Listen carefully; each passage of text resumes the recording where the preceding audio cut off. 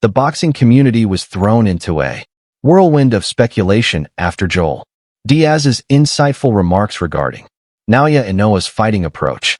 The seasoned trainer, renowned for leading Morojan Akhmadaliev to unified super bantamweight championship, drew some eye-opening parallels between the monster and other top-tier fighters, fundamentally reshaping our perception of boxing greatness. Diaz's main argument that Inoue's real brilliance is not in his flashy maneuvers, but in his capacity to mentally break down opponents before the physical confrontation even starts, offers a captivating new perspective on the Japanese star's supremacy. This viewpoint becomes especially intriguing when juxtaposed with conventional evaluations that mainly emphasize Inoue's knockout power or technical skill, indicating that there is an even more profound aspect to his dominance that many analysts have missed. Diaz's analysis of Inoue's strategy uncovers a fighter who has mastered the skill of mental attrition, in contrast to Vasilia Lomachenko's mesmerizing footwork or Terence Crawford's ability to adapt. Inoue utilizes what Diaz refers to as a deceptively simple style that is remarkably effective. The trainer elaborated on how Inoue's very presence in the ring fosters an atmosphere of inevitability, causing opponents to second-guess their strategies even before they land their first significant punch. This psychological warfare was clearly displayed in Inoue's dismantling of Akhmadaliev, where the typically aggressive champion seemed uncertain and reactive right from the start. Diaz's insights indicate that preparing to face Inoue involves more than just physical conditioning. It requires a mental resilience that few fighters possess, which explains why many skilled competitors have faltered under Inoue's pressure, even when they seem physically ready for the fight. The consequences of Diaz's analysis reach well beyond just one fight or a single opponent. If his evaluation is correct, it suggests that traditional scouting reports on Inoue might overlook the most perilous element of his skill set. While coaches can analyze footage to get ready for Inoue's combinations or footwork strategies, how can one prepare to endure the mental degradation that Diaz highlights? This insight could instigate a significant change in how future challengers prepare for bouts against Inoue, possibly resulting in innovative training techniques that prioritize mental toughness alongside physical conditioning.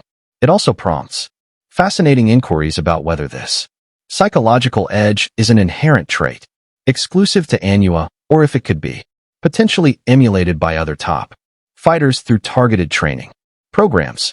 Diaz's insights gain further importance when analyzing Inoue's latest performances through this fresh psychological perspective.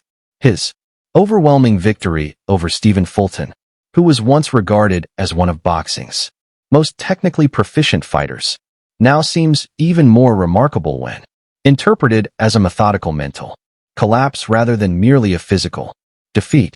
Fulton, recognized for his poise and boxing intelligence, appeared unusually tentative and reactive right from the start, precisely the type of psychological decline that Diaz highlighted.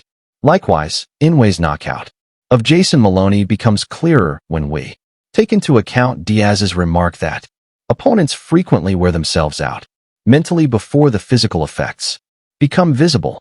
This viewpoint sheds light on why even resilient, talented fighters tend to diminish so rapidly against Inoue despite not displaying any clear signs of physical exhaustion. The trainer's observations also shed light on Inoue's remarkable achievements across various weight classes.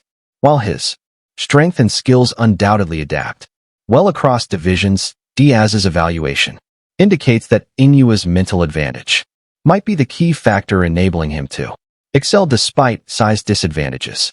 This could clarify how Inoue has managed to decisively outperform opponents who are naturally larger and should, in theory, be able to endure his power. If, as Diaz suggests, the mental struggle is already lost before the physical confrontation starts, then the advantages of size and strength become considerably less significant. This insight makes Inoue's possible transition To featherweight, even more fascinating, as it implies he could maintain his dominance over larger rivals, not by sheer physical strength, but through this psychological expertise. The timing of Diaz's insights introduces an additional layer of intrigue to the already captivating featherweight scene, with Bruce Carrington recently stepping up as a genuine contender and Stephen Fulton maintaining his status as champion. The division is primed for significant matchups.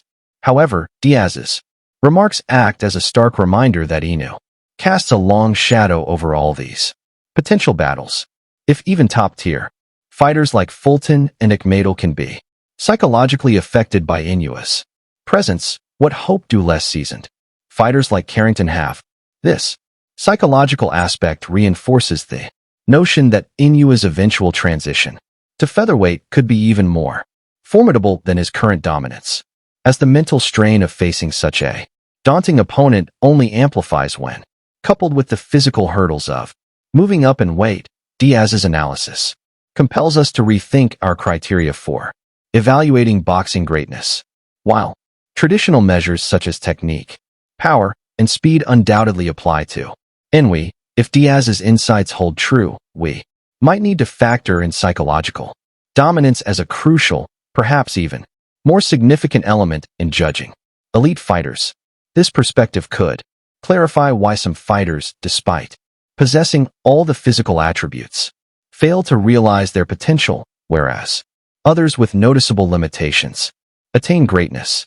Inoue's situation implies that the capacity to assert one's mental will could be the defining difference between being good and being great in boxing. This shift in thinking might affect how trainers nurture young fighters, emphasizing mental conditioning just as much as physical training. The insights drawn from Diaz's observations regarding future opponents of Inoue are significant. If mental readiness is truly essential for competing against Inoue, trainers might need to integrate more psychological training into their preparation camps. This could range from practices like meditation and visualization to enlisting sports psychologists to assist fighters in staying calm under Inoue's intense pressure. Additionally, it may require